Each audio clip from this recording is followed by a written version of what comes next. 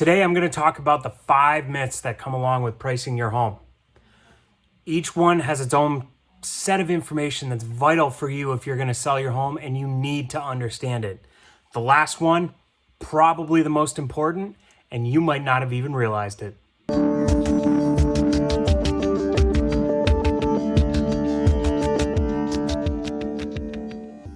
Hey everybody, Ryan Anderson with Lamacchia Realty, where I talk about 5 different myths that are related to selling and pricing your home in today's market. Myth number 1, price the home based on what you need or what you want.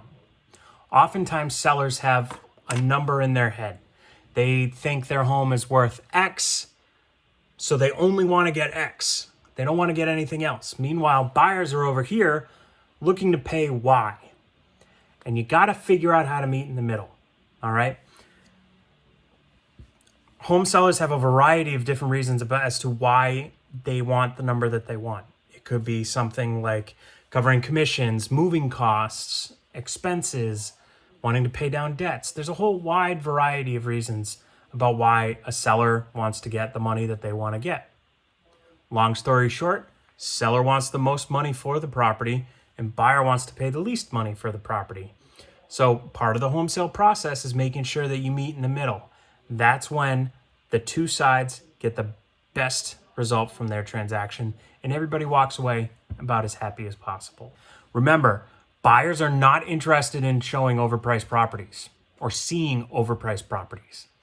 So if a house is on the market and you don't have any showings right off the bat, the home is overpriced. Myth number 2. The assessed value is not the market value. The market value, not the assessed value, will determine the price for the property. The assessed value for your home is how the town or municipality that you're in calculates your property taxes. The market value is what the market, meaning buyers that are out there, are willing to pay for your home. And in fact, the assessed value rarely has a factor on the property's market value. About that fact, go ahead and give it a like. Myth number 3, calculating what you spent on upgrades into the home price. The amount you invested in improvements cannot be added on to the home price. It is not always recouped in a dollar for dollar perspective. Oftentimes when you do home improvements, there is a percentage return on investment that you can account for when selling your home.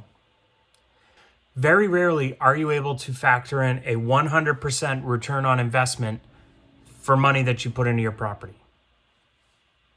It's an unfortunate fact of life.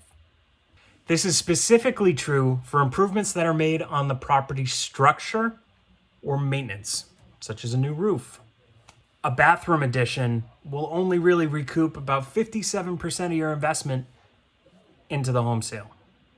So you need to factor that in too, not only when you're getting your home ready to sell, but you also need to think about it when you're planning these projects out, is that you're not going to get a dollar for dollar back.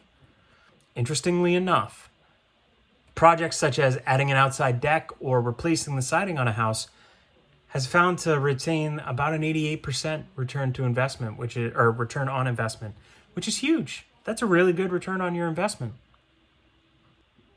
Myth number 4. Base the home price on what similar homes are listed for.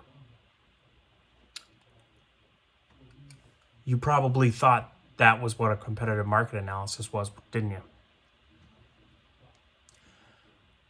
The catch is that a competitive market analysis reviews the sale price of homes, similar type homes in the area, not the listed price. Oftentimes, those numbers are different.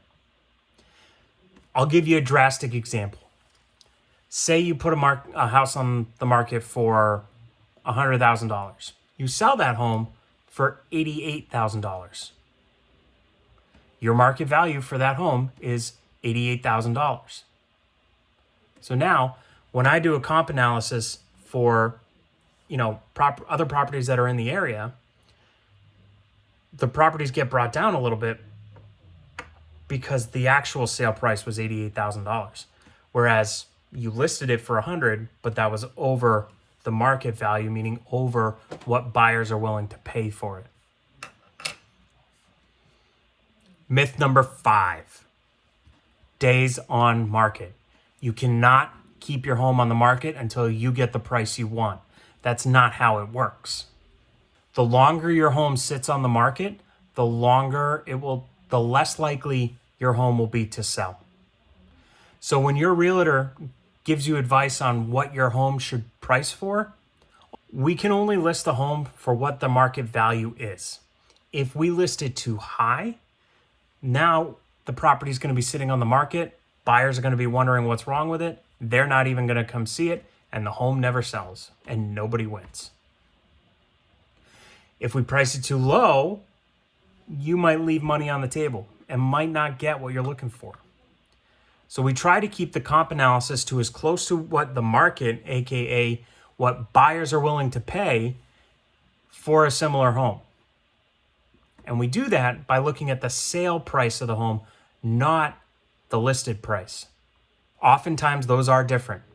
For example, when I list a home for $100,000 and then it sells for $88,000, that $88,000 is now the market value for that home. And unfortunately, that's just a snapshot in time. I hope it was helpful for you. Make sure you go ahead and subscribe down to my channel to stay up to date on all the latest market news that's out there.